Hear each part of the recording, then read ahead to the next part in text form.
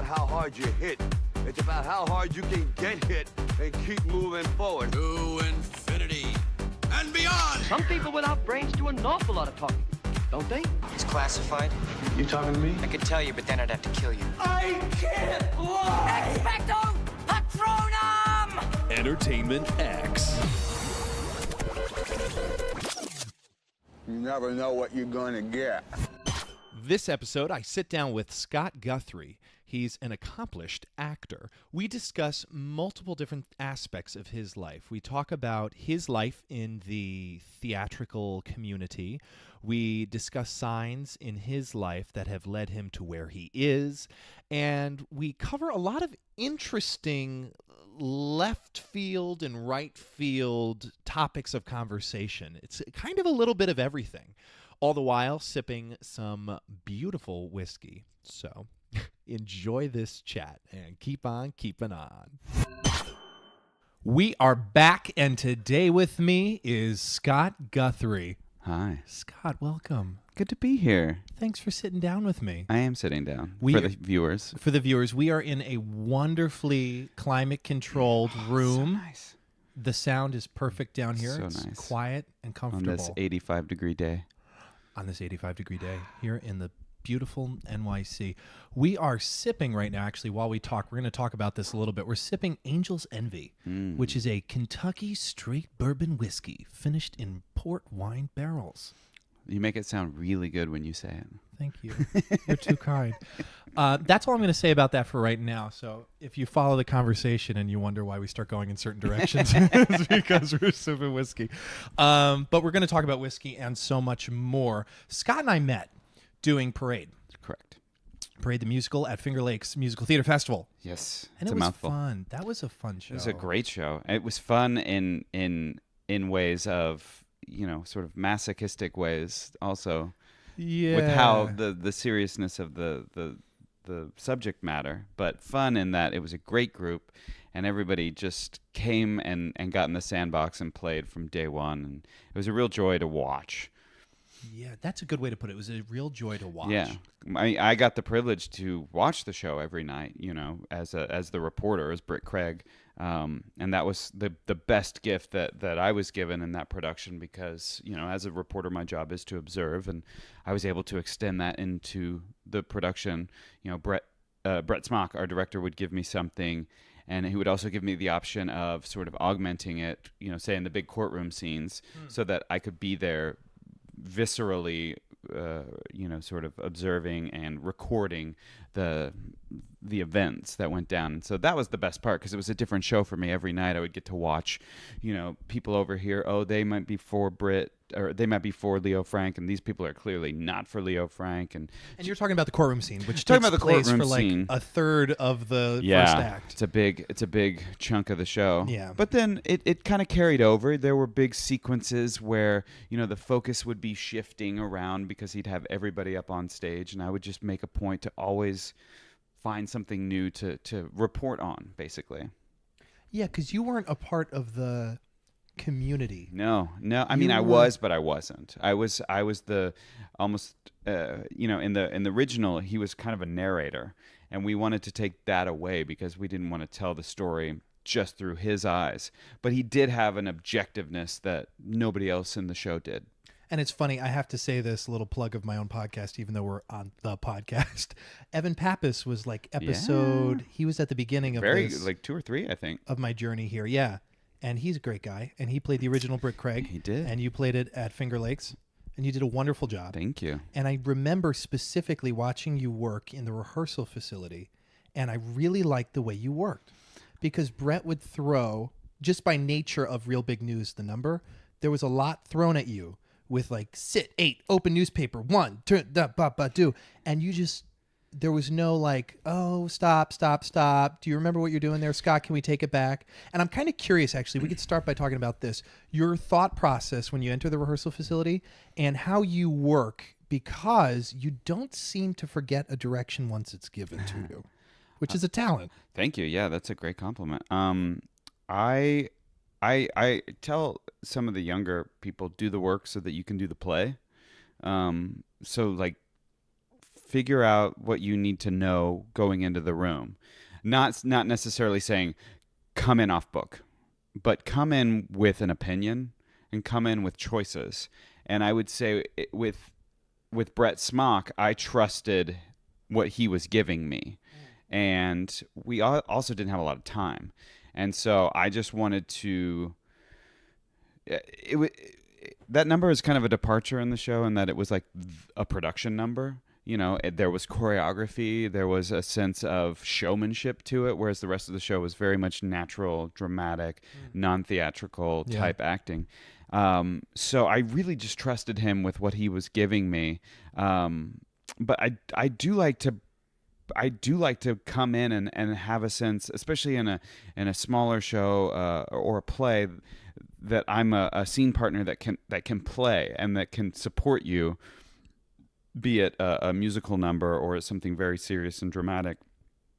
I mean, the scene with Kristen Witherington, who played Lucille, you know, at the end of the show, could be a very, very heavy and intense dramatic scene, but I just wanted to be a good scene partner for her in that moment where she gets the wedding ring back, and you know, it can be a real like a tearjerker, but you know, I just always want to say, like, you can trust me, you know, in that trust fall of emotion. Like, if you want to cry, great. If you want to laugh, great. I'm going to be here to basically like knock it right back to you and not judge or like, I'm always wanting to be a very safe source in the room. You know, and just because I've been in a lot of rooms that are very toxic and they feel oppressive creatively, and you just don't feel like you can take chances. Creatively. Yeah. That's you're wording it very well. Oppressive creatively is a great word. And I did feel that a lot. Even, I mean, we had no direct interaction in that show per se, but I could definitely feel that energy in the rehearsal space and on stage. It's very much like you can trust this person. They are a safe space. Yeah. And I like to be that for both as an actor and as a presence in the room for someone who may be starting out, or even, you know, our Leo Frank. I mean, he's a Broadway vet, but we would be picking each other's brains about, you know, different things. And the rehearsal room is one of my favorite places in the world. So I really try to just be very authentic and honest. Where does that come from? This safe space mentality. Did you learn that from like seeing someone work that way? A lot in classes. I learned you've got to have a lot of trust in strangers, especially in acting classes in New York. You pay, you know, hundreds of dollars for maybe 4 classes, and you get in there and you're expected to bare your soul, and it has to be a very, very safe environment to do that. And you have to feel like you can trust these people that you don't know to not judge you and to really embrace what you're putting out there. Otherwise, you know, you're not going to really take any chances. True. So I feel like I learned that through taking acting classes in New York after I got here from school. Yeah. I love that idea because Andrea Byrne's previous episode discusses this taking responsibility. Actually, shoot, Andrew Cato. There's a lot of the episodes I've done that talk about this responsibility for your energy. And pause on that. Did you know Andrea Burns was Lucille in the First National? Okay, oh yeah, good. We talked about that in the episode. Okay, I figured. Yeah. Yeah. She would be amazing. Yeah. She but she has that whole thing, like even when going into the audition room, walking in with that, like, I am the chief facilitator of good vibes. Yeah. But like having that motto that you repeat to yourself, even, you know, subconsciously, I imagine it's subconscious for you. You just it's within your being. Yeah. But starting out with that conscious, repeating this motto, like, I'm open, loving, kind. And it's amazing how it can change the interaction, even if you're going in to have like a quote unquote dispute with someone. You still have that motto of like, I'm open, loving, kind. Right. It's going to completely change the way you react to a situation. Yeah. And this is like something, I feel like a lot of people don't do that. I feel like it. I could be mistaken. I feel like a lot of people don't do that. But when you do that, like you do that, it changes everything. And Brett seems to find them, because we had a solid, I mean, that was 31 people in I'm not good with dimensions of a room, but that must have been a 30 foot by 30 foot, 40. It was sort of like a basketball court without any sides. With that, yeah. Yeah. Auxiliary gym. Mm-hmm. Although it was not a gym. Yeah. And it was incredible, have that many people in there on the same page. Mm-hmm. Even Becky, our stage manager, Yeah. she's another one who's really good at leading, but also being completely like no negative emotions. Exactly. Even when they could be obviously prevalent. Yep. And that is a testament to Brett Smock building an environment from the ground up out there. You can say that what you just said about Becky almost about every employee at Finger Lakes Musical Theater Festival, because there's no time for jerks, like you just don't need jerks in the room at any capacity. So whether it's someone talking about your payroll, someone talking about a children's outreach program, everybody has that quality. And that's, I've always said, if you ever get a chance to work at this theater, run, drop what you're doing and run, because it is there are very few theaters that create this atmosphere, which ultimately create this haven for creativity. I feel like some of the best stuff I've ever done in my career, I've done in Auburn, New York, at the Finger Lakes Music Theater Festival, merry-go-round playhouse, whatever you want to call it. Oh man, it's a great place, and that's why I always tell them, whatever you need, I'll be in the room for you. And you've assisted in more ways than one with that company, Yes. which we're gonna get to. Yes. Right now, I want to take a quick rewind here to growing up. I'm curious what hobbies you were a part of. Middle school, elementary school, high school. What did you do? I played sports. What sports? Played baseball. I played basketball. I did football for one season, and one season only, because I played flag football with helmets, which is hilarious.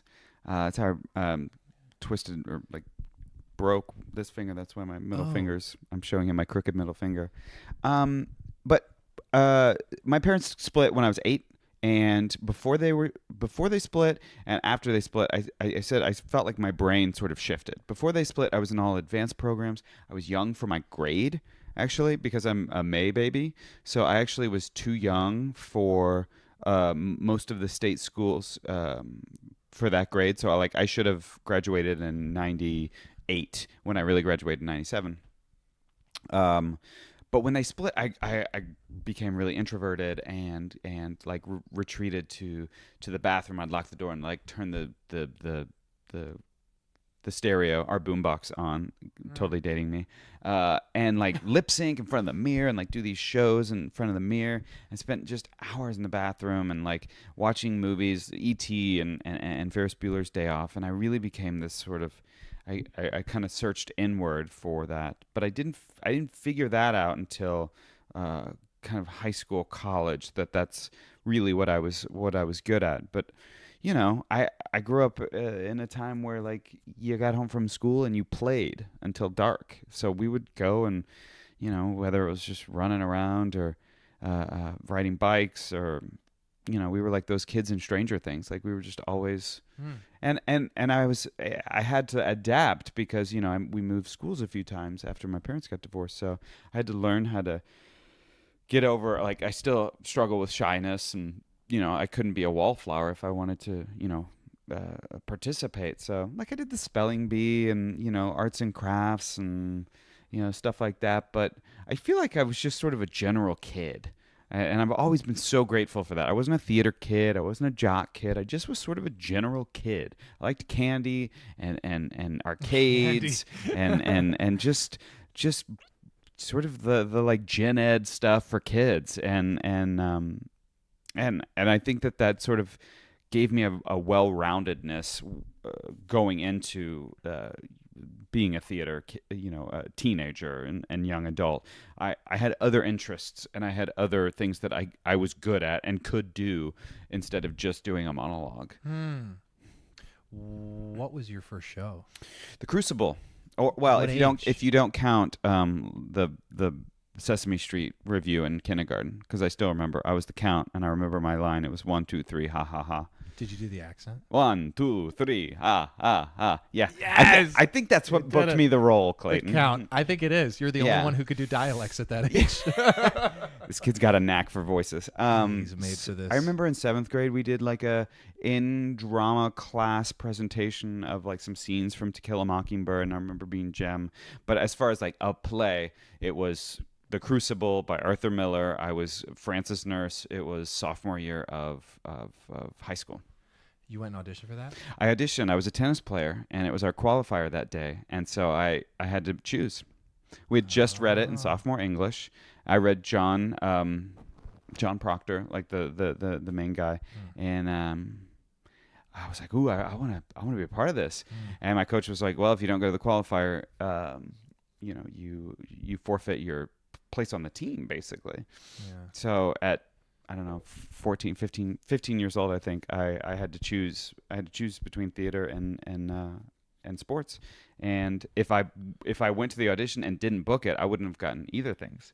So luckily, I auditioned, and then the next day you run up to the call board where the cast list is, and I was like, yeah, I didn't care what I was. I didn't know, I didn't know any better. I just was like, I'm just so happy to be a part of it. And it was a great production. Was it a difficult decision to go in? Not really, no. I look back at it objectively, and it changed everything about my life. Yeah. And who I was friends with, and oh, it does that. Oh yeah, in high school? I couldn't hang out with the same people because they couldn't understand why I was going to. They call it play practice. Why I was going to play practice after school. Play practice. Yeah. Yes. Why I was going. Yeah. So it. But I don't remember really struggling with the decision. Was that, dare I say, such a cliche term? Was that the moment you were bit by the bug, or not for a minute? Not exactly. I'd say that the door was opened at that point. I had very, very talented friends who are still in the business and who are still very, very successful. I just wanted to be in the same room with these guys. These guys were hilarious. My best friend Jacob is in California still doing, he writes movies, he's in movies, he produces them, he does stand-up. Wow. Another friend of ours, Peter, is he is an actor and a comedian as well. And these guys are just super, super funny, and they really raised the bar for what I was wanting to do, because I just wanted to be able to hang with these guys. And we were all friends too, so that was the thing. It was like, wow, we all get to hang out and then do this fun thing, this make-believe stuff that we're all really good at, it seemed. And so yeah. When did you decide to do it as a career? That was about halfway through school, college. School? Oh, college. That was about halfway through college. It was the summer. It was like 99, 2000, whatever year the Tonys was like Lion King, Scarlet Pimpernel, Ragtime, Cabaret, Sideshow. I remember sitting on my couch in Tulsa, Oklahoma. I had just done some professional theater. I had actually done my first professional gig. And I remember sitting there, and there was a moment where Sideshow. It was Sideshow that was the moment, and I remember thinking how affected I was in that moment by this performance. It was just the two girls. There was no big set. They didn't have anything. It was just bare bones, And I remember being so affected, and I thought, that's what I want. I want to be in their shoes, affecting kids sitting on their couch somewhere in the Midwest watching this, and to sort of light that fire with that kid. I thought, that's what I want to do. Wow. So, and I got to I got to be friends with Bill Russell, actually. And I remember auditioning for the Sideshow revival. And Bill brought me in, and it was the first time I met Henry Krieger. And he said, will you tell Henry the story? Because I told Bill that story years and years ago, and Bill, cried. And so it was fun to share with them that this little, this piece that they created, had a wider reaching effect than maybe they ever thought it would. I love that. Yeah. Because we got to see that in a way firsthand with our talkbacks with some of the shows we did. Yes. Going back to Parade for a hot second. I swear this is not a paid advertisement for the Lakes Musical Theater Festival. Brett Smock, I want royalties. Yeah, find them on Facebook, Instagram. Like and subscribe. It was the talkback that we would do after some of the shows, where we'd get the audience's feedback, opinions, facts, and otherwise, and to see the effect that thoughtful storytelling can have on a human is beautiful. Right. Beautiful, and can make you cry instantly when you realize how you can affect someone's life for the good, bad or otherwise. Not really bad. It's all usually. Oh, but you affect them. First and foremost, like you change them somehow. I've always said that was what I wanted to do. I didn't necessarily want to. Broadway's great, and that would be cool. But I always said that I wanted to affect people with my storytelling. Yeah. Because I remember feeling how powerful that is, be it in a movie or watching TV or being in theater. I feel like theater is so much more visceral, a so much more concentrated form of it. It's like, streamlining affectation. I say we're like purveyors of imagination, and we're purveyors of affectation because we just get on stage and we're honest and truthful, and we connect with these people, and man, it's like nothing. To this day, there's nothing that compares. I was reading about Gregory Allen Howard this morning, the screenwriter of Remember the Titans. Yes, great movie. And he was speaking to, now I forget that name. He was the advice he had received or what he had heard was, it's not about the events, it's about the people. Yeah, and that's what makes a good movie. Yeah. And that one alone, I was just watching it last night. I was like, oh my goodness. Yeah. This thoughtful storytelling, what it can teach me. Mm-hmm. And that was 20 years ago. Was so it? that's Wow. just like, blows my mind. Yeah. What did your parents teach you about kindness? I think it was to really just respect each individual.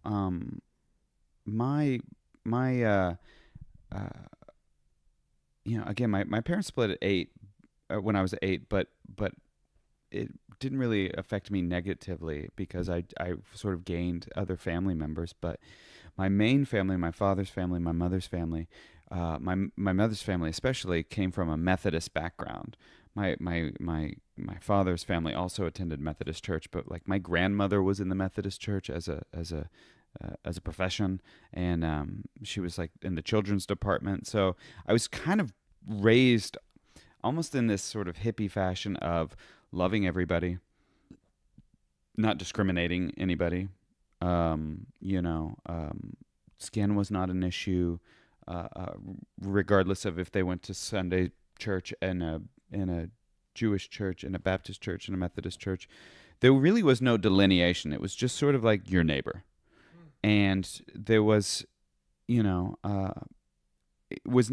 never better than anybody. We're always just sort of in the same playing field. And just that kind of broad stroke of like, treat someone the way you want to be treated. What did they teach you about respect? Definitely respecting your elders. That was just sort of like ingrained. Like if there was somebody who's been around longer than you and who's sort of walked the road longer than you, just giving them that sort of respect. I had great grandparents as a kid, which was cool because, I had all of these sets of grandparents and I thought it was great, but it was like, it literally, the hyphen was like the level of respect. It's like, well, I love my grandpa, but man, I got a great grandpa and a great grandma. But as far as Oh, you mean like great as in old? I thought you meant like great, like they're great. they Like, are great, but they're you mean literally great grandparents. yes, Yeah. great hyphen grandparents. I don't know why it's the Angels envy. Yeah, but they were they were like Tony the Tiger, great. Yeah. So, I mean, as far as respect, like I don't feel like I was ever sat down and told one thing. I was my family really led through example. And it was the way that I watched my father treat people, and the way that I watched my family and my mother, and all of these family members, just the way that they treated each other, and the way that they treated people outside of the family. There was always this great respect, and there was always laughter, and they would always try to relate, and that was something that I really took with me as an adult, which was I've always tried to relate to people. I've always tried to empathize with people, and I think that acting only cranks that dial up like tenfold. Oh yeah. You brought up a good point. Learning from example, like not them not sitting you down and telling you must respect the example. I think that's a good point you're bringing up, because literally the beginning of this episode was talking about your example and what that taught me about work. And I think sometimes, we forget who's watching. And I don't mean watching like the person who's going to give you your next job. I mean, like, for instance, in terms of theater, for anyone who's not within the theater community per se, that non-union person watching that union performer and taking what they like or dislike, or not taking what they dislike, but being able to delineate. We're very intelligent. Humans are intelligent. We're just people are in general intelligent, and to watch by example, I think, is a really great point you bring up, because you never know who's watching you. I think that's like a true mark of someone's character, is how they react when they don't know someone's watching. I think we all know when people are watching, but sometimes we don't know when people are watching. And that sounds confusing, in that you might act a certain way if you knew Stephen Sondheim was watching you perform a song. But if you didn't know he was in the audience and you didn't know he was watching, there might be a different demeanor to you. You might act differently. So it's, you just try to be as present as you can in those rooms. It's incredible. And this is actually a really great segue, because my next question for you is, what have you learned and what do you think of, opinions and otherwise? I like saying "and otherwise" for this interview for some reason. What are your views on relationships as it pertains to the theater industry? Because it's all about that in a way. Yeah, as far as two performers being together. Two performers being together whom you might meet in your office building between 59th and 23rd, 9th, and general ways of being, because it's like 4 degrees of separation in this industry. Oh, it's like 2. Yeah, and it's all about relationships. And I don't even mean like, oh, that person's not going to hire you. But if someone doesn't know your character, but they like your work, odds are they're going to ask one of your mutual friends on Facebook and or go to your Facebook to get a litmus test on your character. So I'm kind of curious what that's done for you and what that means to you and your views on it. So not about dating necessarily, but just general relationships. No, not dating. Oh, it's all about relationships. And I mean, I just watched The Disaster Artist recently. I like that movie. Which I appreciated it. I was in LA at the time of this movie, and I kind of like I kind of remember the billboard. It's weird. I kind of remember this weird billboard being up because I was with around an actual phone number on it. Yeah, I was there around 2003, and but I was chatting with my best friend about this because he said he got this feeling about this movie very similar to the feeling I get from watching anything about restaurants. It's like, oh, it's just like a little too soon. Like it feels a little too close to home. But I said, what's great about that movie is that there's always been that situation where you're in a dynamic, be it an office or a theater or whatever, where there's somebody in the room that you're just all like, they're not on our frequency, right? Like this, like I'm not crazy. Like this person is a little hard to deal with, and I know in the theater it's I don't want to say easier, but we're just a little bit more communicative about how we relate, in the room. So like you'll start a project usually in the theater with like a meet and greet or a table read. So there's sort of like this, like we're like sniffing each other out like dogs in this moment. Like, okay, I remember you, or I kind of know you through auditions. I've heard something from seen your ex-girlfriend. Or exactly, like I know you dated my friend. Yeah. But you really get a chance to start at a clean slate with everybody. Like Kristen, our Lucille, we've never worked together. We always just knew each other, but through like friends. And it was one of those things where it was like, I felt a weird familiarity with her because we knew who we were. So she almost had like a little step up. But then you get there and, I feel like I've totally digressed from this question about relationships in the theater. No, but where were you going? But I'm heading with that in that you because a rehearsal for a show is such a pressure cooker. It's a bubble. It is. Everything accelerates at a rapid pace. So you get to know people by the end of the first week. You guys are heading into that night off and you're like, let's all go grab drinks. Like I didn't know you from Adam a week ago, but I want to sit and drink with you and find out about you. Yeah. So relationships happen fast in the theater, especially. That being said, the bubble will burst at the end. And so you will either take that with you or it will dissipate. and it will just stay in that place. Yeah. So, which isn't necessarily a bad thing, because you might have a great recollection of someone. Like I ran into Aaron. We keep talking about parade. Sorry, everybody. I ran into Aaron like 6 weeks ago. We were both working on a project, and it was like no time had passed. And that's a relationship that I'm like, I love that. But he will also be the first to tell you that this business isn't about getting, that project. It's about the next project and the project after that through these relationships. And it really is, I try to really impart that with kids coming up from college and conservatories, that you really need to cultivate these relationships, because you don't know that tomorrow the guy that you're dancing on the chorus with, he might be casting the show, or they could be serving you coffee at Starbucks. Like you just never know. And so relationships are, I feel like, the cornerstone of this industry, and can sometimes make or break your outcome on a project. Most of the time. Yeah. Can make or break. Yeah. It's if you know somebody in a good way, obviously that's going to affect you. But as a director, I have had to reach out about people that I've had a feeling about, but I wasn't sure, and sort of get confirmation from people that do have a sort of relationship with them, to say, yeah, your hunch is right. This person might be a lot in the rehearsal room. Yeah. And that, and that ultimately is the make or break. If you have 4 weeks to put on a show and you just don't have a lot of time, you just need to know that there's somebody who's not going to bring a lot of baggage into the room, unless that's what you're looking for. If you need someone to bring their stuff in because it's going to help their performance, absolutely. But I feel like more often than not. Most of the time. Yeah. If not all. Yeah. No, that's, you're bringing up some really great points. I want to switch gears for a second here. What have you learned about yourself from working day jobs?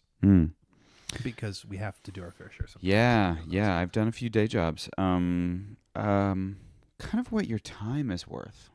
I think that's like the broadest stroke, because your survival jobs, are just bill payers. That was the best advice I got once. I was like struggling over not being as great at this day job, and they were like, "You're just paying your bills. Like, this isn't what you want to do in your life, so don't really like beat yourself up about it."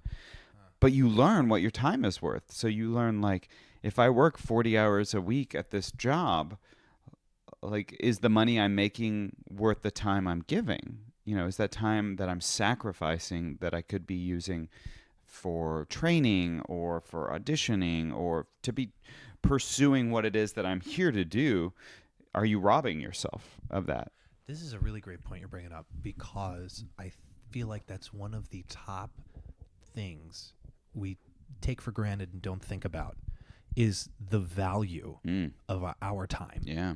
And how limited it is on this earth, and how much more value that holds than $1. Yeah, absolutely. That's really good. That's a really good point. After spending a lot of time in the service industry, I definitely learned that sometimes people are actually crazy. Like, it's just the numbers game. People are actually crazy. You run into people and, you try to give everyone the benefit of the doubt. And then from time to time, you just run into crazy people.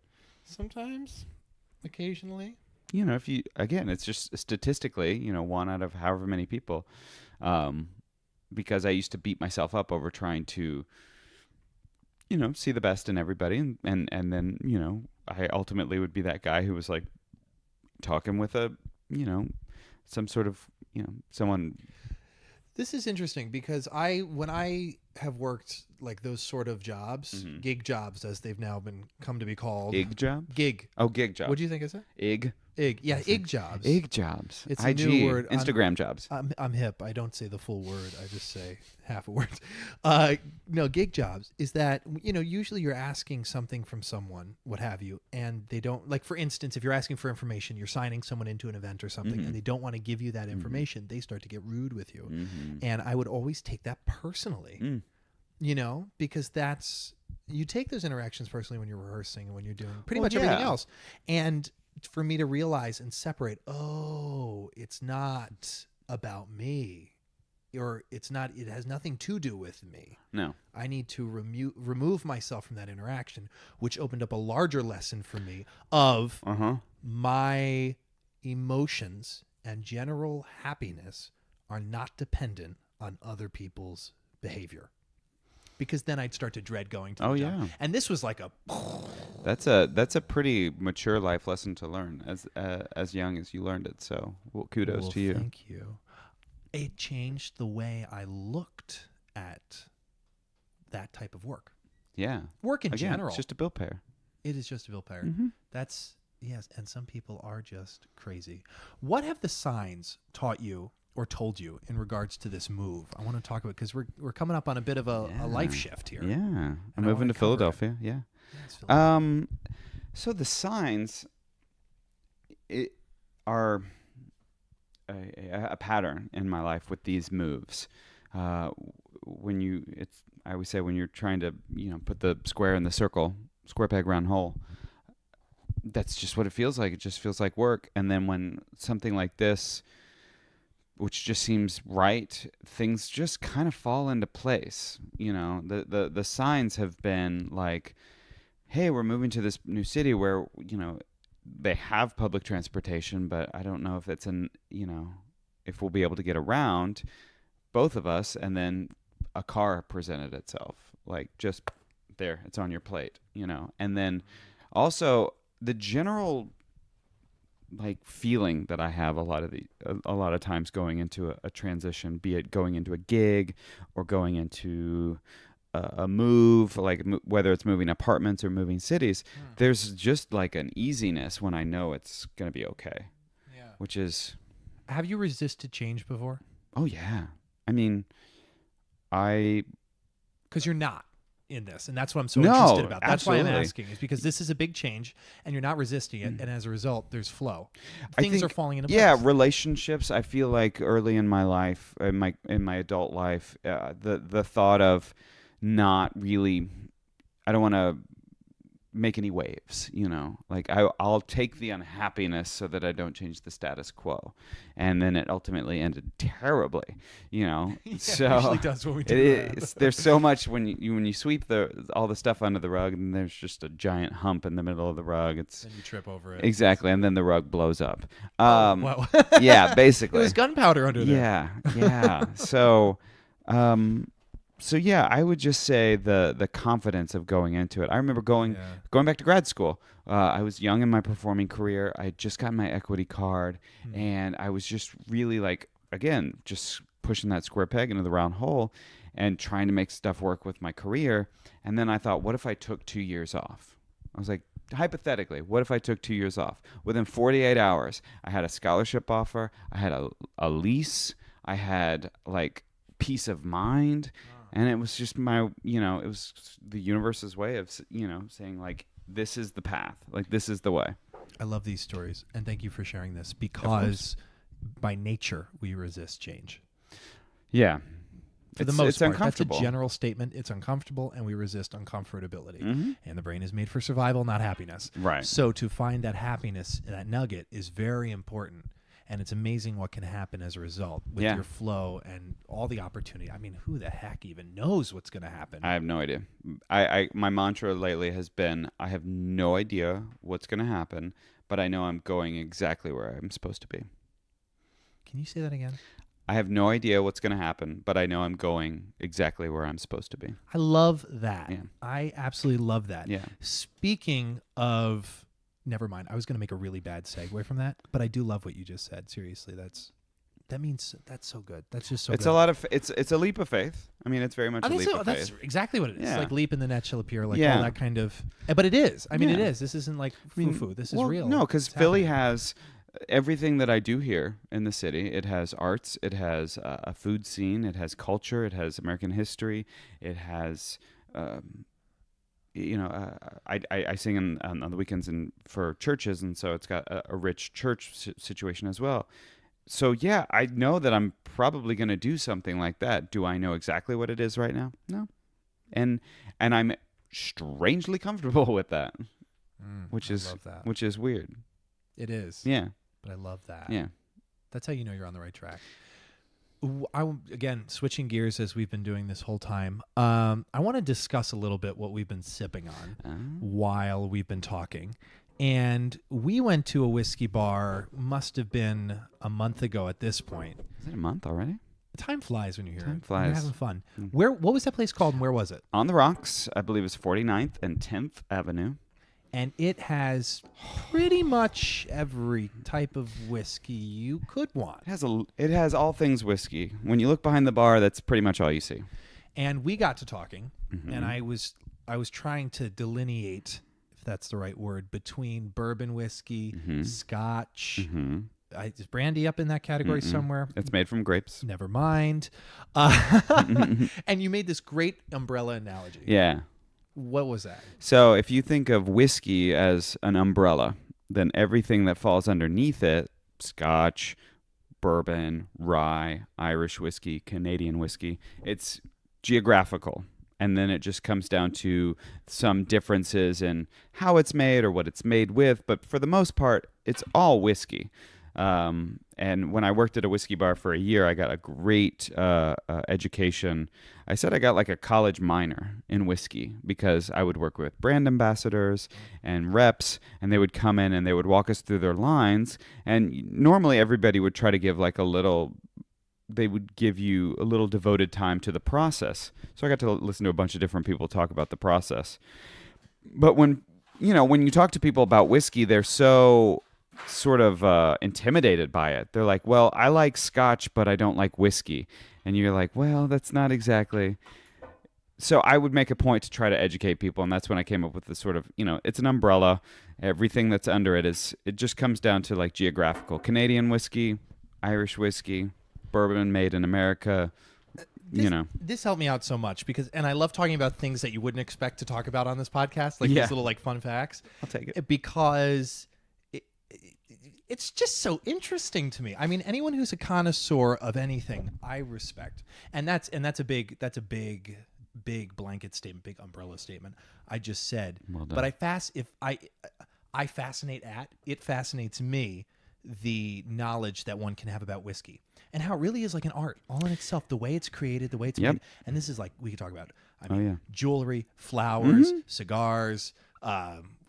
Different types of foods. I mean, just It's artisanal. It's a craft. It's like, how we are with acting. It's like these people learn their trade and they do it very, very well and they take it very, very seriously.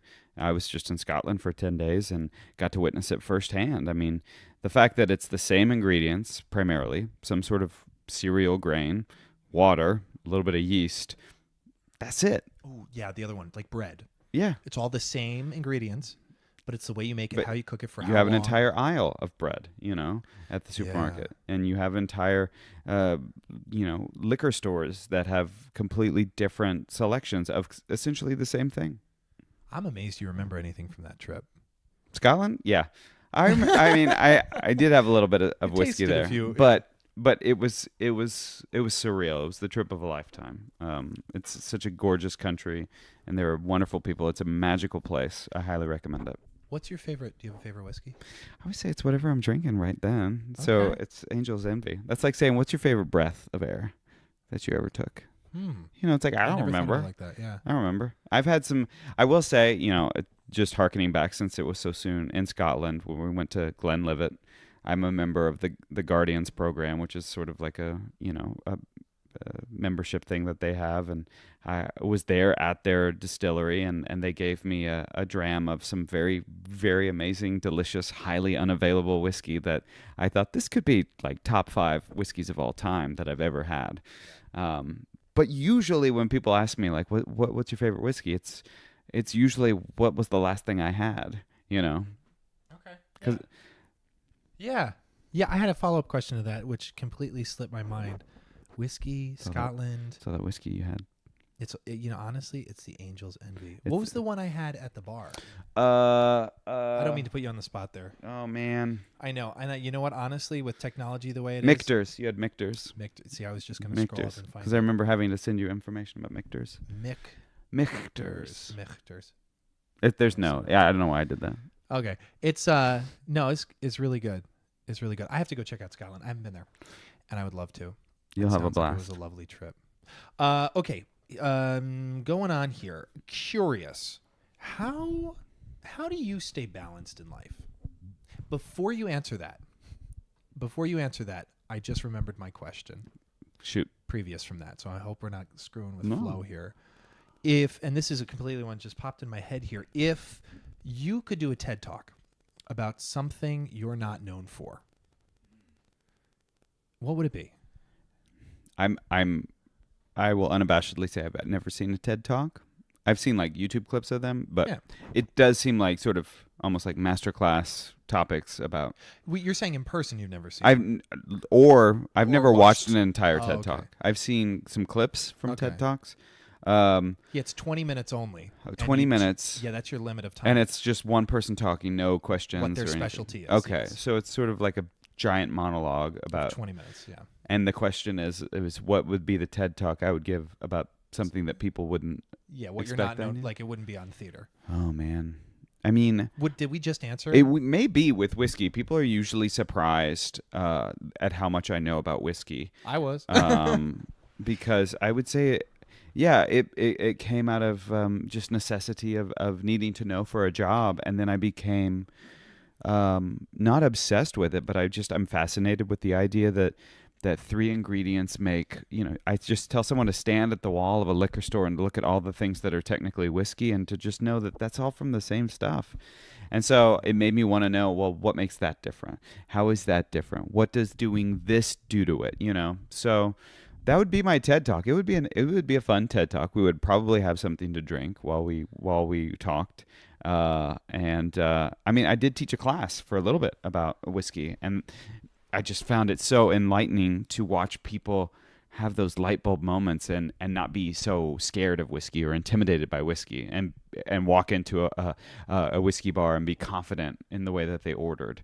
Because it's a fun culture. I feel like it's starting to crest a little bit, because I think Mad Men and a lot of these some of these TV shows really brought back like whiskey culture and really reawakened it. But I think it might be, for me, it's not going to go out. But I feel like in a pop culture sense, people are starting to stray a little bit from that.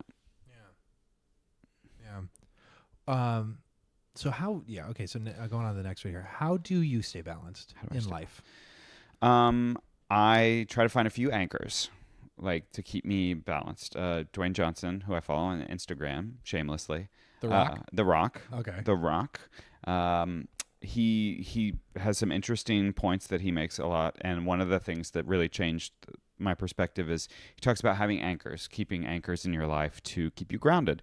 And I've always been told, and I always tell people that the more of a citizen of the world you are as an actor, the more of a well-rounded human being you're going to be. So if you just know and just talk about theater, you're a very boring person to me. I'm a sort of a weekend warrior chef. I cook a lot. It's like my stress release. I'll go to the store and I'll cruise the produce and I'll get like some kind of meat, and then I'll just go home and prep and I'll pour a little whiskey, and I'm like just in my happy place. I work out. Like that's another one of my anchors, like just staying fit physically, physiologically keeps me sane. Laughing. If I haven't laughed every day, like I find a way, like whether it's watching YouTube clips of like outtakes from movies or watching a TV show or a movie is something that's going to make me laugh. So, and then my wife, Lindsay, who I've been with for 13 years, and our dog Mavis are huge anchors for me. So yeah, I just find that if I have thoughts and opinions about things outside of our business, because at the end of the day, yes, you have to talk about things when you're casting a show or when you're rehearsing. Like there's certain things you have to talk about. But I just started to find that those people who could only talk about that, I just didn't find them as interesting as the people who. I used to say the difference between an equity call and a non-equity call was the conversation In the holding room. in the holding room. Absolutely. And that's a terrible analogy. And I don't know if it's true still, but it's, I found that the conversation, and again, from my experience at a non-equity call, had to do with headshots, resumes, who was doing what, who was casting what, who was not casting people, who blah, blah, blah, blah, blah. equity calls, it was like, how's your dog? Or did you guys, and how's your mom? Or like, it was What just health insurance are you on? Yeah, exactly. Do you like Geico? Yeah, right. Yeah. So I just found that that's helped me just be a normal human being who doesn't want to jump off the George Washington Bridge constantly because of Beautiful bridge. It is a beautiful bridge, and I'd like to stay on it. Yeah. Yeah. Yeah. Okay. Now, going to the holding room. This is a good segue. You've been a reader before. I And for have, those who don't yeah. know, when they're doing callbacks and they're reading scenes with one of the roles, you will be sitting down behind a music stand, usually reading the other side. Right. So you get to see a lot Oh, yeah. of people and a lot of different choices in ways of being of themselves, and then choices in a scene. Yeah. Per se, way people act. And I'm curious, what has that taught you? It's taught me that there is so much that I can learn about a person behind the table before they ever say the first line of a scene. Please explain. Man. So like from door open to first line or first lyric or whatever, so much happens. And I used to hear that Joe Mantello would only watch that part of the audition. Like as soon as you opened your mouth to sing or read the scene, he's seen everything. He's seen everything. And I agree. I mean, I agree that you see a lot about a person by the way that they interact with the room, by the way that they treat or counteract with the accompanist. Treat or mistreat. Mistreat, yeah. It's and a lot of times, and especially this season, I knew the accompanist. They were friends of mine. And so the moment that the focus is away from the accompanist and I can have a moment, it'd be like, oh, this person's crazy. Or like, did they really say that to you? Or because as soon as they leave the room, the elephant in the room will present itself and we will all address it. But that being said, as a reader, I really feel like I'm the wingman. Like I can help. Like just like the accompanist. I feel like the accompanist is the most important person when you walk in as an auditioner. But your reader can really help. And I've just been in so many auditions as an auditioner where the reader just doesn't give you anything. And I really just would try to give people as much as I could. And the greatest compliments I've ever gotten in my career are as a reader. Because it was like, oh my gosh, I felt like I was actually acting and I was actually performing instead of just really trying to evoke. I mean, it's tough if you're like if you're a man reading like Romeo and Juliet, and you're Romeo and Juliet is a big burly guy with a beard. It's like it's tough. It's Scott Guthrie. It's tough. Yeah. So I'm gonna try to really give you Juliet and like obviously not take the scene, but like I'm gonna give you the assist. Yeah. Because that's the most important like tool is the assist. And I just feel like as a reader, I really try, regardless of if it's bubblegum pop musical or like hardcore Irish, dramedy. Yeah. Like I just love that dynamic in the room. So I really feel like I learn a lot about people as people more than people as performers. If you're willing to share the story of being a reader and doing Britt Craig. Yeah, was a big surprise. I had asked to audition for the show.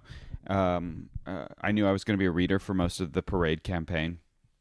I really liked the show, but I wasn't sure what they were going to do with that role. I thought it was going to be, the big news, his big number got cut, and that's a very high tenor song. And so it really wasn't even on my radar. I went in for, what did Jameson play? Dorsey. I went in for Dorsey, and I sang Dorsey, and like the definitely like the biggest antagonist of the show, and just kind of an icky guy. And I came in and like I'd shaved my beard off, and I wore a suit, and I was real slimy and oily, and Brett was like, "You sound great," and then that was it. And I just thought my journey was over. Yeah. And I was fine because especially as soon as Jameson Stern walked in the room and read for Dorsey, I was like, oh well. He is, yeah, that's it. No hard feelings. And it was very much at the end of the campaign. We had found pretty much everybody. Jameson actually read for Craig. Dave read for Craig, and both gave Dave Schoonover, and they both gave great readings. And I almost kind of wasn't on my radar. And it was towards the very end, and Brett Smock looked at me and he goes, "Do you mind just going to the piano and singing something for me?" I said, "Sure." He goes, "Will you just do the big news cut?" And I was like, "Yeah." I was like, "You want me to act it?" And he's like, "I've seen you act all week. It's fine." So I just kind of sang it, and he was like, Well, where'd you sing? What? I'm just curious. Where'd you sing from? I sang Big News. Where'd you start? Big news, my savior has arrived. The whole thing. I did the whole song. Yeah. Oh, okay. I mean, I did up until the Chorus. yeah. Yeah. So, and Brett had seen me do Tenderly, and Brett had seen me do Spelling Bee. So he had been around, and he's seen different aspects of my voice, and he was like, "Can you just try this one? I just kind of want to hear this part of your voice." And so I did it again, and he goes, "Yeah, that was it." I was like, "Okay." Literally had no thought in my mind of like, maybe I just booked the role. Like I was like, "Oh, maybe he just wanted to see if there was like something in the season for me." I forget what else. I forget, they were in a whorehouse. Anyway. Best little whorehouse in Texas, just to so people know what he means when he says whorehouse. Best little whorehouse in Texas. So yeah, it just wasn't on my radar. And then I'm pretty sure it was either that night or the next night. It was very shortly after that I received a very brief email from him that just said, "Congratulations, Mr. Craig." And I was like, what? Because it's not the first time I've gotten a role from being a reader, but that's not why I'm a reader. It was just so unexpected, and it felt like a gift. And so it really kind of was telling of my whole experience, which felt like it was a gift and I was on borrowed time, because he literally saw me as a person in that moment. I wasn't acting at all. I was just like, I never get to sing stuff like that. I never get to play the foil, and I never get to do a southern accent. So I wasn't really acting. I had none of that shield or that sheen of pretense to me. So he's really, really smart in what he does in the audition room, and that's a testament. And so that was how I booked that from being a reader. What character has taught you the most about yourself? Oh man, I've had the fortune to play a lot of different kinds of characters. Jerry Lukowski in Full Monty, Trevor Graydon, Zach in Chorus Line, Leaf Coney Bear.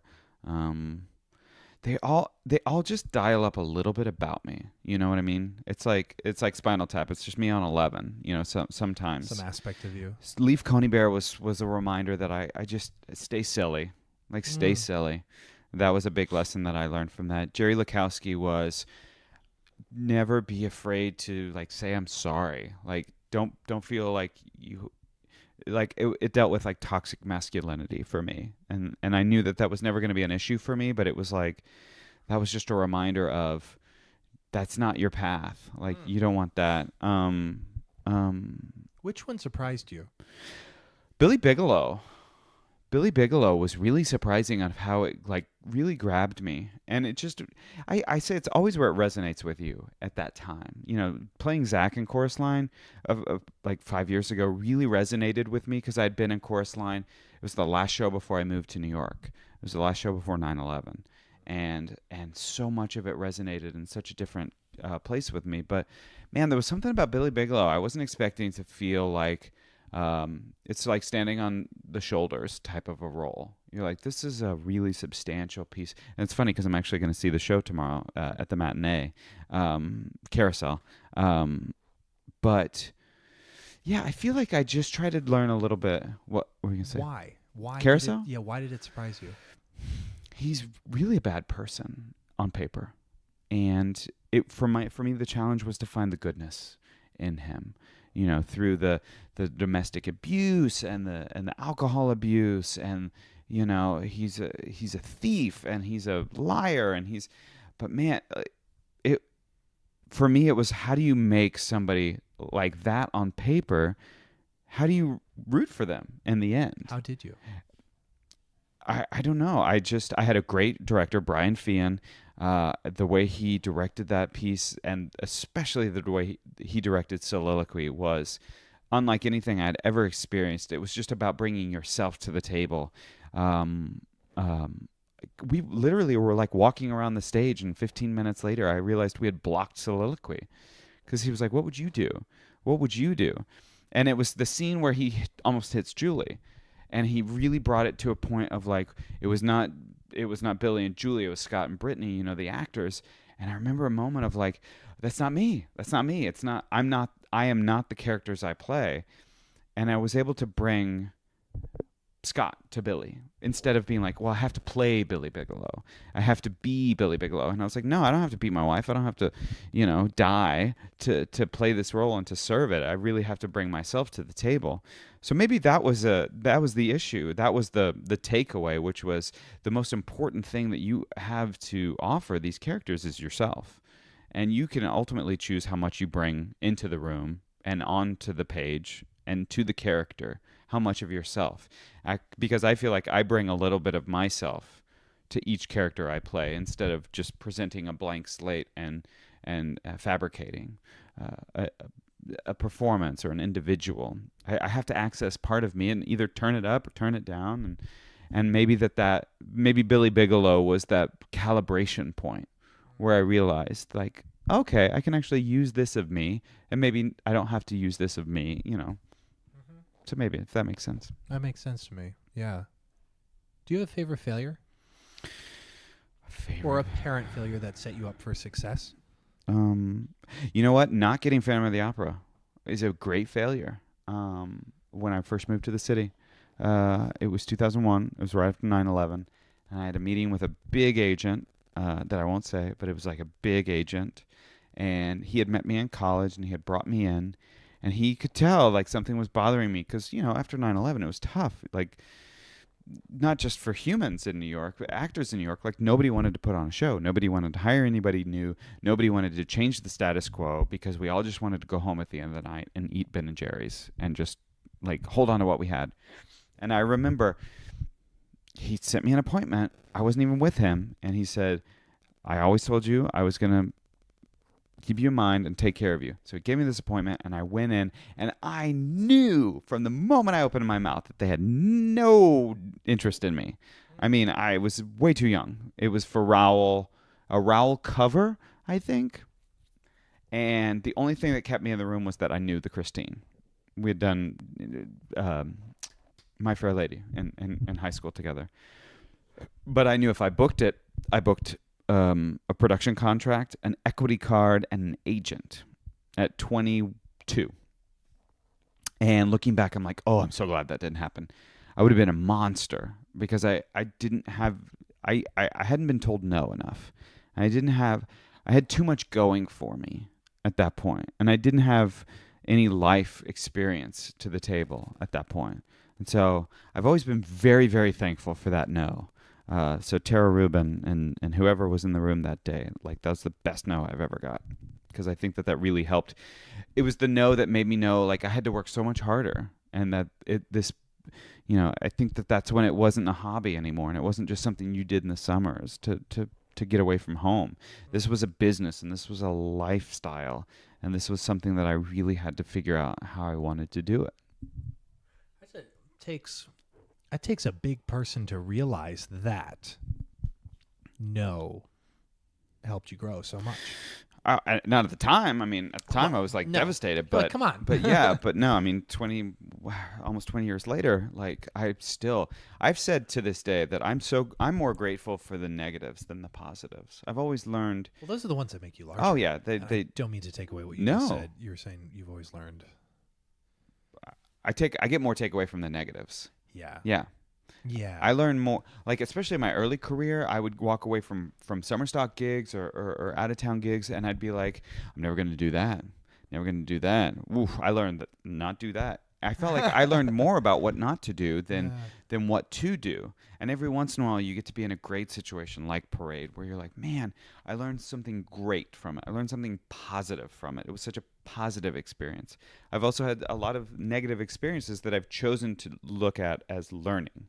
You know, I forget who the quote is that it says, I don't lose, I win. I only win and learn.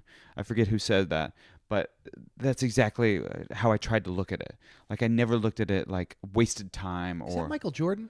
I don't think so. I forget. I'll Google it while we're here. I have this device. But I tried to make a point to take away something positive, something good that was going to teach me I've had terrible co-stars in the past, and I've had people not like they were bad actors, like they were just bad people, and they would just treat The people honesty. They would just treat Yeah. people badly, you know. Yeah. And Okay. and you know, you got to do a love scene with somebody who's just a terrible person. It's like, how do you navigate those waters? And it's not something they teach you in acting class. So yeah, I've just tried to choose to always take away something from that, and more often than not, it's in the negative light that you learn these things. It's the no's you get more So from than the yes. True, and I love that you said you learn more from the no's than the yeses. Because, and this is another one I heard. What is it? Pain plus reflection equals growth. Yeah. And that is so true. You can learn so much when you don't get something you want. And it can make you such a stronger individual, and also get you more specific on what you do want. Right. Your asks can get more specific. You can be like, oh, this is where I should be channeling my energy. XYZ. Right. And I found sometimes too that not getting something made me realize that I didn't actually want it. I used to walk around like a Gap or a Old Navy or TJ Maxx or something, and I would like shop, and I would pick up like a couple things, and I would just walk around the store with them, and I realized that by the time I got to the register, I was like, I didn't actually want this. I said sometimes as actors we just want the offer. We don't actually want the job. Huh. You just want someone to go, it's you. Like, it's like a weird validation thing. Yeah. Sometimes you don't really want the job. You just want someone to say it was you. Yeah, that's interesting. Yeah. Yeah. Do you have a burnout or wake up call story that you learned from? Yeah. I mean, as far as the business is concerned, I'm just trying to think of a show. I turned down my equity card when I first got it, and I was still on tour. I was on a non-equity tour, and so I think I took the contract, but I turned the card down. And I remember I hit a point in the tour where I realized that I was ready to take my equity card for my reasons. And because I just realized that, like, when I would show up to a place and I didn't know, like, where we were staying, how we were being fed, what, The basics. the basics, Yeah. like sort of business basics. I said, I realized I work so much better, me, Scott Guthrie, I work so much better knowing some of those things. And I realized that taking my equity card was going to always assure, not always, but for the most part, always assure that I would know that. I would know what I'm getting paid. I would know how I'm being, accommodated. I would just know that because, again, I always say, like, do the work so that you can do the play. I always say that's part of the work. Like, know that so that when you get there, it's not a surprise. So I actually had to call the theater that I took the contract with, because it was a summer-long contract to do a show. It was like 12 weeks. And I was like, hey, I know I already took the contract and I turned down the equity card. Is there any way I can still get the equity card somehow? And they were like, well, obviously you can't get it for the whole time, but if you could get it the last 2 weeks, would you still want it? I was like, absolutely. Absolutely. I just hit my tipping point of, like, I just need to know. And I think that's when I really embraced it as a business, and that it wasn't just a hobby, I guess. Yeah. Yeah. Excuse me. What does success mean to you? Oh my gosh, that's a great question. I thought you were going to say, oh my God, that was a great last sip. That was a great last sip. There's never a last sip. Yeah. There's always more. So success for me was always about the work. I just wanted to do the work. I've always equated Broadway as how I kind of looked at high school. And I always said I can explain high school in one sentence. I spent 4 years trying to get to the cool table. And when I got there, I hated everyone there. Now, that's not to say that I'm going to hate everybody there once I get a Broadway show. Yeah. But I just felt like I had built something up, It's that idea of building up. Yeah, it's on a pedestal. So you take it off the pedestal. But success for me was always just being able to get up and be happy and confident and and enjoy what you do.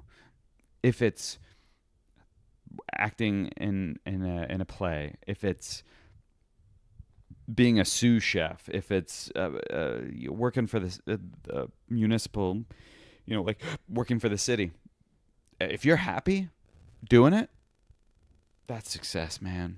And if you have happy, and if you can leave it, at work, even better. I just know so many people who are miserable doing their jobs, and they take their jobs home with them, and it's just they're always in this perpetual state of unhappiness. And I've always thought, man, success isn't Tonys, Oscars. I mean, those are just things to put on your shelf. But if you have like true, genuine happiness that like makes you belly laugh from what you do, or from the position you've put yourself in, the relationship you have yourself in, man, that's success.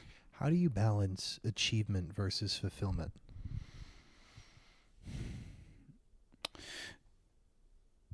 It's the value that you put on your work, and what it pays you monetarily and non-monetarily.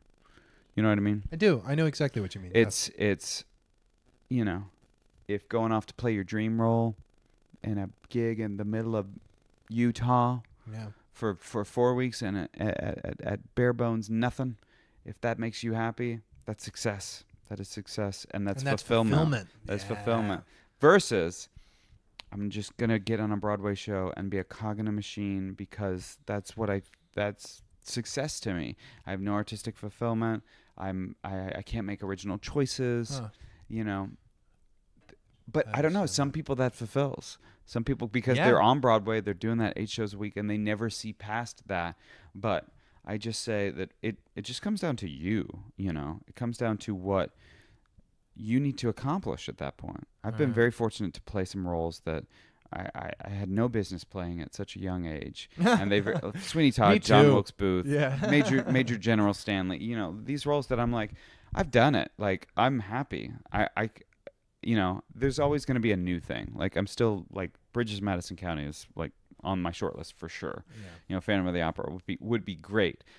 But for the most part, the breadth of experience that I've had almost matches the depth.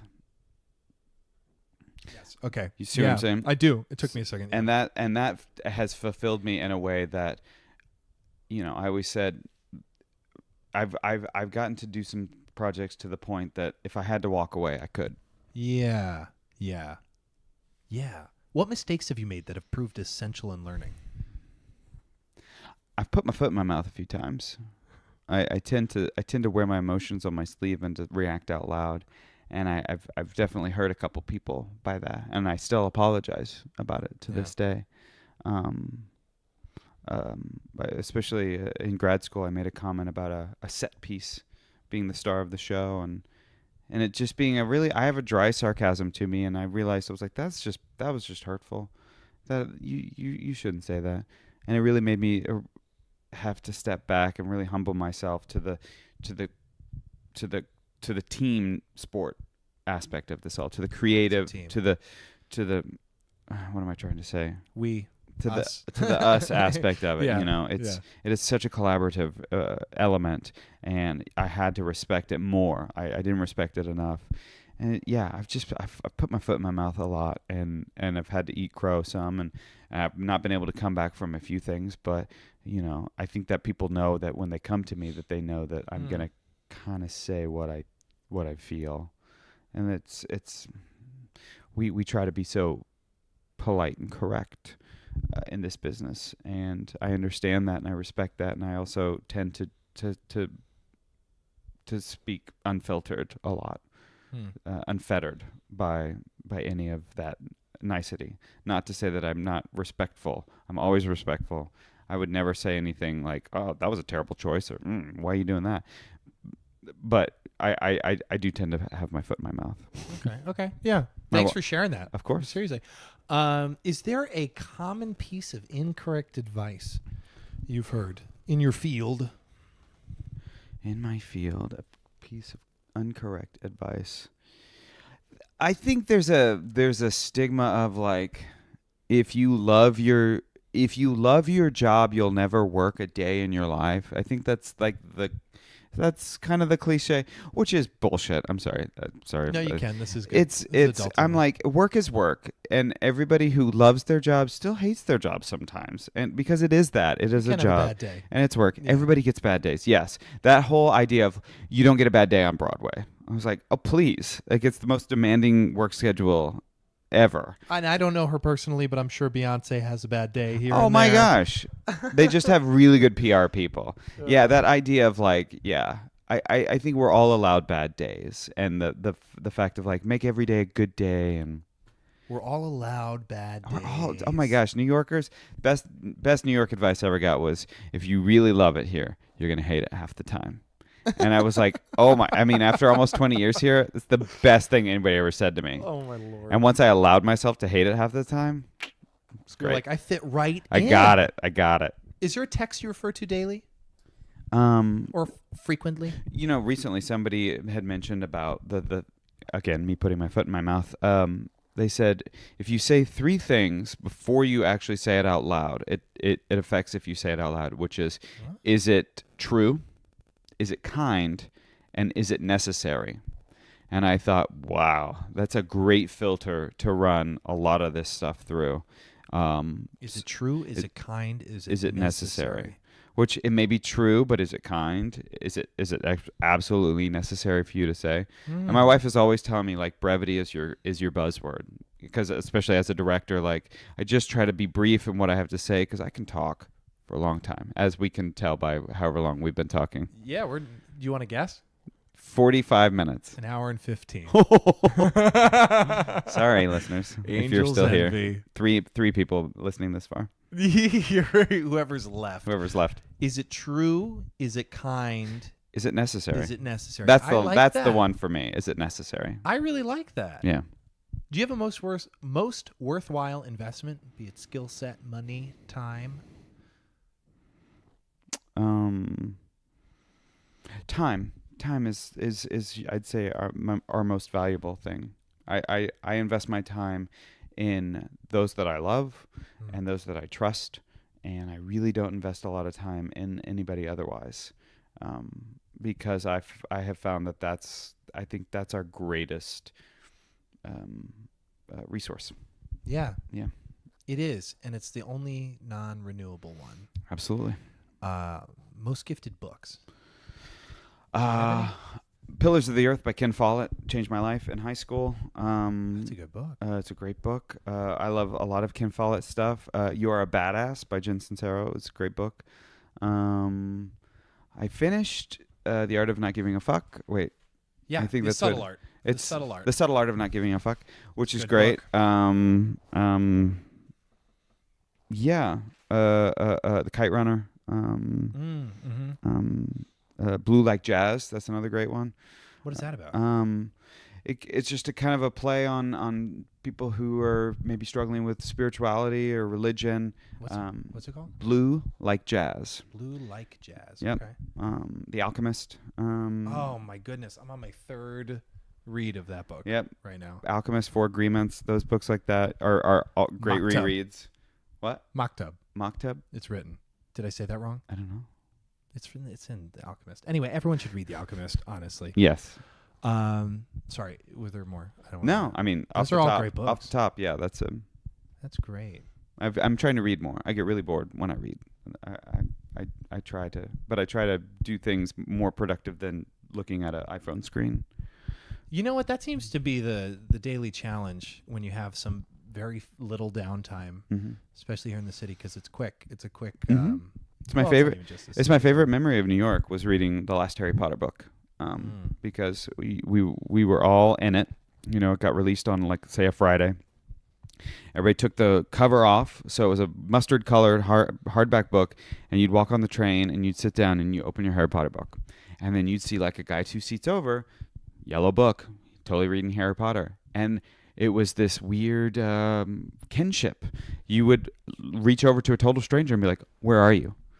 Where are you in the book? What page? Don't give it away. What page are you on?" That was usually, what page you on? I'd be like 75, and you're on 96, and you're like, oh, wait, it's going to be good. And then there was this weird kinship with strangers that I had only experienced after 9/11 in my entire time in New York. But there's just something about literature. There's something about a tangible book, if you are on a subway or if you're in a public space and you see somebody reading something that you really connected with, you make a point to connect with that person. And I don't know anything else right now, especially in New York City, that you would approach a stranger and start a complete open conversation about. I love that. I just love how storytelling can bring people together. Yep. I think that's incredible. That's the goal. Metaphorically speaking, is there a quote or word or phrase that you'd put on a billboard for millions to see? Oh, yeah. I like to say to give yourself time and credit. Time to accomplish the things you want to, and credit for the things you have accomplished. I love that. That's my bar advice. Yeah, I like that. Time and credit. It would just say time and credit. Wow. Yeah, okay. I'll take it. I like that. Mm-hmm. Scott, this has been an absolute pleasure. I love it. We've covered so much. I mean, literally, we've covered a whole Did we get all smorgasbord. Awesome. Oh, it's incredible. Where can we find you? I am soon to be in Philadelphia, Pennsylvania, geographically. I also have... Yes, you're the first person to answer it geographically. Yeah, that's where I am. I am on all the channels socially. I'm trying to figure out off the top of my head what they are. It's scott-guthrie.com is my website. Yes, it's usually about 2 months behind, but there's lots of pictures and fun stuff on that. Scott W. Guthrie, I think, is my Instagram. I know I'm on Twitter, but I don't know what it is because I'm never on it. And I'm on Facebook as Scott Guthrie. Incredible. Well, Scott, thank you for spending this time with me. Thank you for taking the time to chat. Thank you for sharing this wonderful Kentucky straight bourbon whiskey. Delicious. And until we meet again, my friend, ladies and gentlemen, Scott Guthrie. Thank you, Clayton. You've been listening to Entertainment X, the podcast. You can follow Entertainment X on Instagram at _EntertainmentX_. If you haven't yet, go to Apple Podcasts and subscribe, rate, and review this podcast. Join Clay next week for another curiosity conversation on Entertainment X. Thank you for listening.